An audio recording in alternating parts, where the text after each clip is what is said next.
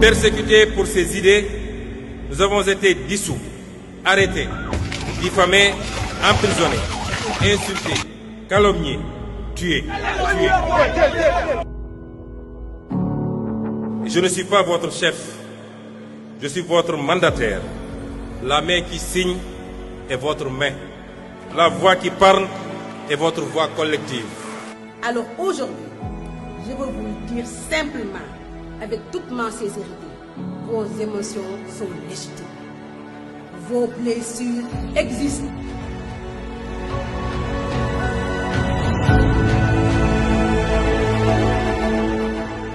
Nous avons entendu les cris étouffés dans les commissariats, dans les gendarmeries et les prisons. Les gens ont souffert. Les gens ont vraiment souffert.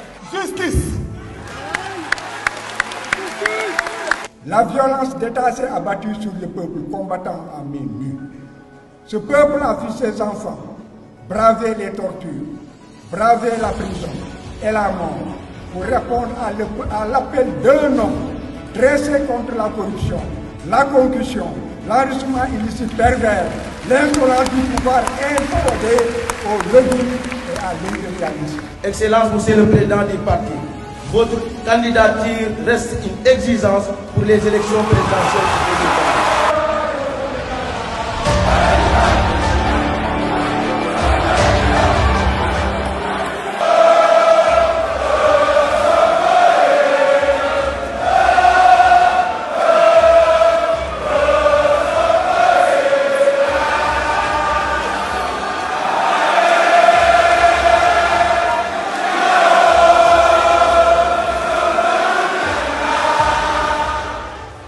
Je me tiens devant vous comme un frère marqué, façonné par les mêmes larmes, les mêmes injustices, le même rêve brisé et reconstruit. Nous sommes réunis pour honorer ceux qui ne reviendront plus, ceux dont les rires ont été étouffés par la brutalité d'un système qui a voulu écraser un peuple debout. Le Sénégal se souvient, le prix de notre liberté. Aujourd'hui, le Sénégal s'arrête. Le Sénégal se recueille. Le Sénégal se souvient. Nous nous souvenons de chaque visage, de chaque nom, de chaque vie interrompue ou brisée. Ces jeunes, ces étudiants, ces citoyens ordinaires sont sortis dans les rues, non pas par violence, mais par amour viscéral pour leur pays et par refus absolu de l'injustice. Leur seule arme était leur droit, leur seul bouclier était la Constitution. Aux familles des martyrs, chères mères, chers pères, frères et sœurs éplorés, la nation tout entière partage votre douleur.